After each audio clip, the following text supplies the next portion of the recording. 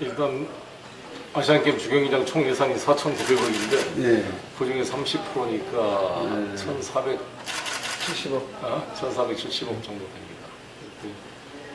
그중에 작년에 615억을 확보했고 그 전에 150억에서 765억이 좀 확보됐으니까 나머지는 이제 올해 확보를 하게 되면 일단 최소한은 좀 지원은 받게 될 것 같습니다. 이 30%라는 게 말이 안 되는 건데 그래서 특별법을 별도로 지금 동계올림픽은 70% 지원하거든요. 도로는 75%, 경기장은 70%까지 지원하는 게 평창 동계올림픽이고 우리 아시안게임은 30% 지원밖에 안 되기 때문에 그 프로테지를 평창 수준으로 해달라는 특별법이 현재 제출돼 있고요.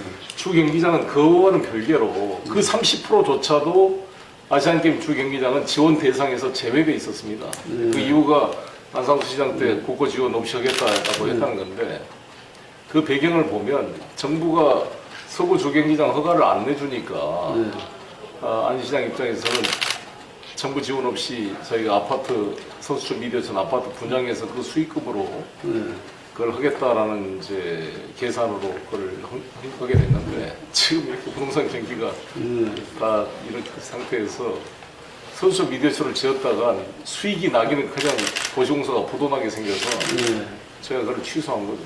그리고 이미 이제 짓기로 돼 있는 고월동 보금자리 주택을 아시안 게임 기간 동안만 임대료를 주고 빌려 쓰는 것으로 바꿨습니다. 그게 엄청 잘한 거고 이 이명박 정부의 감사원에서도 송영길 시장이 제일 잘한 것 중에 하나가 이거다. 이런 평가를 받을 정도로 잘했습니다. 그러니까 지금 우리 고월동 보금자리 주택 분양하고 있지만 그게 한 100억도 안 나와요, 수익이. 거의 한 800만 원대로 분양을 하고 있기 때문에 수익이 그냥 분양된 것 성능으로만 만족해야 될 그런 입장이에요. 그런데 2천억 수익을 남겨가지고 그 돈으로 참 됐으니까 짓겠다는 구상이 얼마나 안 되겠어요. 많이 안 되겠어요. 글쎄요, 여러 가지로 제가 아무래도 국회에서 상선을 했기 때문에 국회와의 네트워크가 이제 국회의원을 하지 않으시는 비해서 유리한 점이 있다고 보고요. 또 우리 황우려 한나라당 대표가 또 초당적으로 많이 도와주셨고 또 여야 의원들이 다 6명이어가지고 딱 균형을 이루고 있어서 협력을 잘 좀 끌어내고 박근혜 대통령 입장에서도 한반도 신뢰 프로세스를 이제 좀 제시를 했고 이명박 정부와는 다른 뭔가 대북 정책 변화를 꾀하고 있습니다. 그런데 북한 핵실험이 발생하고 남북관계 얼어붙어 있어서 상당히 어려운 곤혹스러운 입장입니다. 대신 어떤 면에서 북한이 박근혜 대통령 취임 전에 핵실험을 해버린 것이 불확실성을 제거한 면도 있습니다. 왜냐하면 취임하고 나서 핵실험을 했으면 더 박근혜 대통령 입장에서 운신의 폭이 줄어들 수 있는데 이미 그냥 취임하기 전에 해버렸으니까 이것을 기초로 이제 대화 국면을 뚫어내는 데는 또 그걸 잘 활용할 면도 있고 그런데 이제 그렇다고 할지라도 천안함도 사고도 하지 않고 뭐 연평도도 마찬가지고 또 이 핵실험까지 한 마당에 박근혜 대통령이 이명박 정부와 다른 대북 정책을 시도하기가 여전히 곤혹스러운 입장인데 아시안게임은 아무래도 스포츠 행사니까 새롭게 남북관계를 풀어내는 좋은 계기를 만들 수 있다 이렇게 생각합니다. 잘 해결해 가기를 바라고 그런 면이 있는 것 같아요. 이게 한번 이 주도했던 세력이 뭔가 실패를 하면은 또 다른 세력이 한번 맞고 이렇게 왔다 갔다 하는 맛이 있어야 되는데 그게 없으니까 너무 계속 주류가 그러니까 친노 주류가 총선도 패배하고 대선도 패배했는데 계속 사실 그 하는 게 아니냐. 전부터였죠. 그 전부터. 그러니까 그런 지적을 이 주류 측에서도 겸허하게 좀 받아들이는 자세가 필요할 것 같아요. 지도부의 어쨌든 교체가 좀 생기를 불어넣을 수 있다. 근데 교체도 그렇고 나는 이제 그 교체를 넘어선 제3의 교체가 필요했는데 안타까운 게 제3의 세력이 이 제대로 준비가 안 되는 게 민주당이 지금 안타까움이라고 생각이 됩니다. 아시다시피 386 세력도 주류와 친노 주류와 결합돼서 사실상 총선 대선을 주도한 세력 중에 하나이기 때문에 책임론도 많아요. 거기서부터 자유로울 수 없는 그런 면도 있고 그러다 보니까 그 제3의 세력을 개혁적인 이제 주류 비주류 틈을 벗어난 새로운 좀 미래를 담보할 그런 세력을 내부에서 잉태돼서 만들어지지 못하니까 그게 이제 안철수 현상으로 표현되고 그런 거 원심력이 나오는 거 아니겠습니까? 예. 그걸 뭐 아직 좀 시민들의 뜻을 이제 잘 수렴해서 판단하도록 하겠습니다.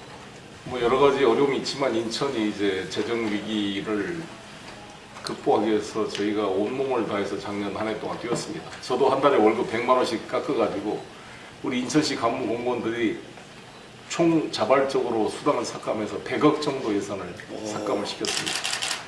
내경규 행안부 장관이 그러시더라고요. 공무원 역사상 중앙정부의 강요나 감사원의 지적에 의해서가 아닌 자발적으로 스스로 임금을 100억씩 깎는 경우는 처음 있는 일이다. 그랬습니다.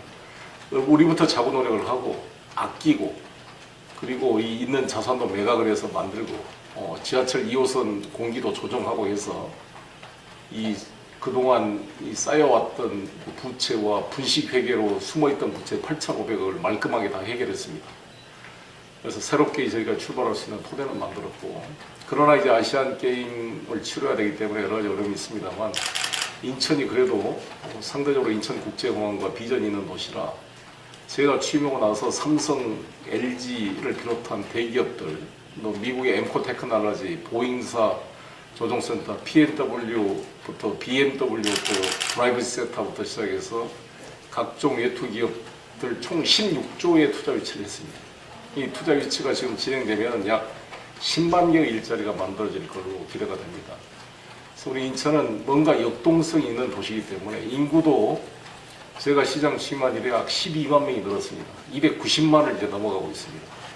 곧 300만 시대를 이제 눈앞에 두고 있는데 이렇게 급속히 성장하고 팽창하다 보니까 이 성장통을 앓고 있습니다. 저희 인천시가 이것을 잘 이겨내면 그리고 마침내 내년 아시안게임을 성공적으로 치러내게 되면 대한민국 3대 도시로 인천이 한 단계 도약하는 계기가 될 걸로 기대합니다.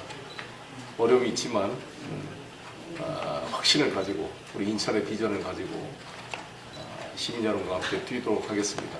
우리 인천 시민 여러분 힘내시고 또 우리 인천 시민뿐만 아니라 경기도 서울의 수도권 다 우리가 한 동네이기 때문에 시민 여러분들께서도 함께 인천국제공항과 또 인천의 150개가 넘는 섬과 여러 가지 월미도를 비롯한 해변과 함께 같은 생활권으로서 공유하는 그런 인천이 될 수 있도록 최선을 다해서 뛰겠습니다.